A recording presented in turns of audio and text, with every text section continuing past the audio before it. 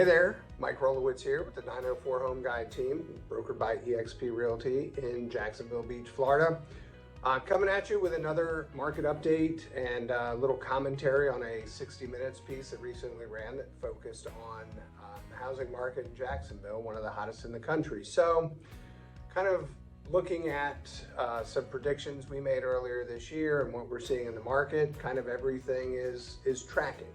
So the first thing of note is if we look at kind of what prices are doing in Jacksonville, our median sales price is now over $356,000 across our region. Again, 26% increase. Inventory is still what's driving that. We're still record low, just over 2,000 available properties across our entire MLS. That's down 34% versus this time last year, and also down sequentially just from January. So properties are still getting snatched up at a record pace as soon as new listings are hitting the market. One of the things we did note in our prior update was the prediction that interest rates would rise this year, and boy, have they risen, and even more than expected. So check this morning, conventional rates on a 30-year fixed, 4.72%. A lot of economists at the end of last year predicted we would see rates as high as 4.5% by the end of 2022.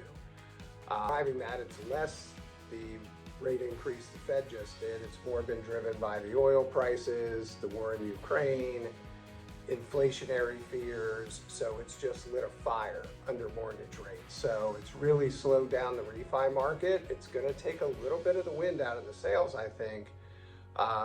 On the home purchase market too, affordability for buyers that are looking right now. So somebody that could have afforded a $400,000 home earlier this year, January, if they were pre-qualified to 400 and now rates have risen, they may be lucky to get something at 350, 360. And you couple that with that 26% home price increase, it's definitely putting a squeeze on buyers. Has it slowed down activity? Not yet. We had a couple buyers in multiple offer situations this week. I can think of one off the top of my head. St. John's area, priced at $375, had 39 offers.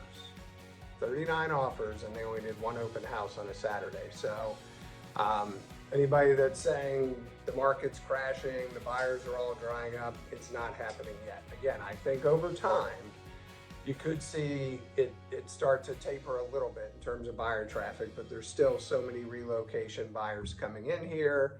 Demand is still extremely strong as well. Perfect segue to the piece that ran on 60 Minutes. We've got a link to it below that was really talking about how many investors are in the market right now, how Wall Street and VC firms are starting to realize that the American dream might have to be rented for a period of time because we're 4 million housing units short to meet the demand of buyers right now. So one of the things the story mentioned, and we're seeing it in our market certainly, is that 30% of the buyers in the market right now are investors, most of them cash. Still a lot of them are mom and pops. I think it was interesting in the 60 Minutes piece, only about 2% of rental homes across the country are owned by these corporations, Invitation Homes, American Homes for Rent. Those types, however, that number is going to continuously grow because we have situations where a property comes on the market, we go to schedule a showing, only to be told we've already got 4 offers, and we're like, how? You haven't even shown the home. And they're just sight unseen cash offers coming from investors that see the yield, and one of the reasons they're buying so much. The story also mentioned rents are up 30 to 40% in some areas.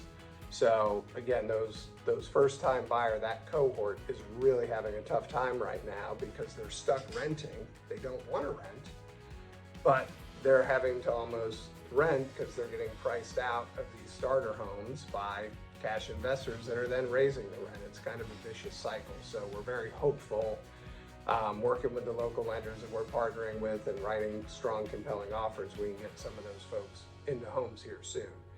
And really the last piece is why is the housing market so on fire right now? And a lot of it has to do to a look back to the last housing crisis, the last financial crisis, 2007, 2008, 2009, when we had way too much inventory, super lax lending standards, and it all just came crumbling down.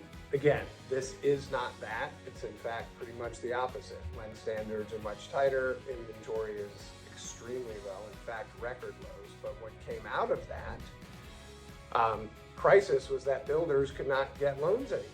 They couldn't do what they needed to build homes. So here's where we are. We're 4 million housing units short across the country.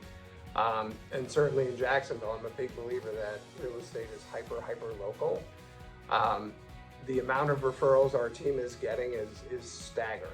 How many times I'm waking up to, hey Mike, we've got somebody moving from California, Tennessee, Connecticut, New York, New Jersey, you name it. Whether it's job transfers, whether it's downsizing, right sizing, our area is still extremely desirable. So hope this gives some insight into the market. If you want to take a deeper dive, would love to chat, have coffee or a drink, and just kind of break down what we're seeing. But again, if we look back to kind of the predictions I made earlier in the year, so far we're kind of on track, with the exception of interest rates have risen even faster than we expected. So look forward to the next. And again, any questions, I'm always here. Thanks.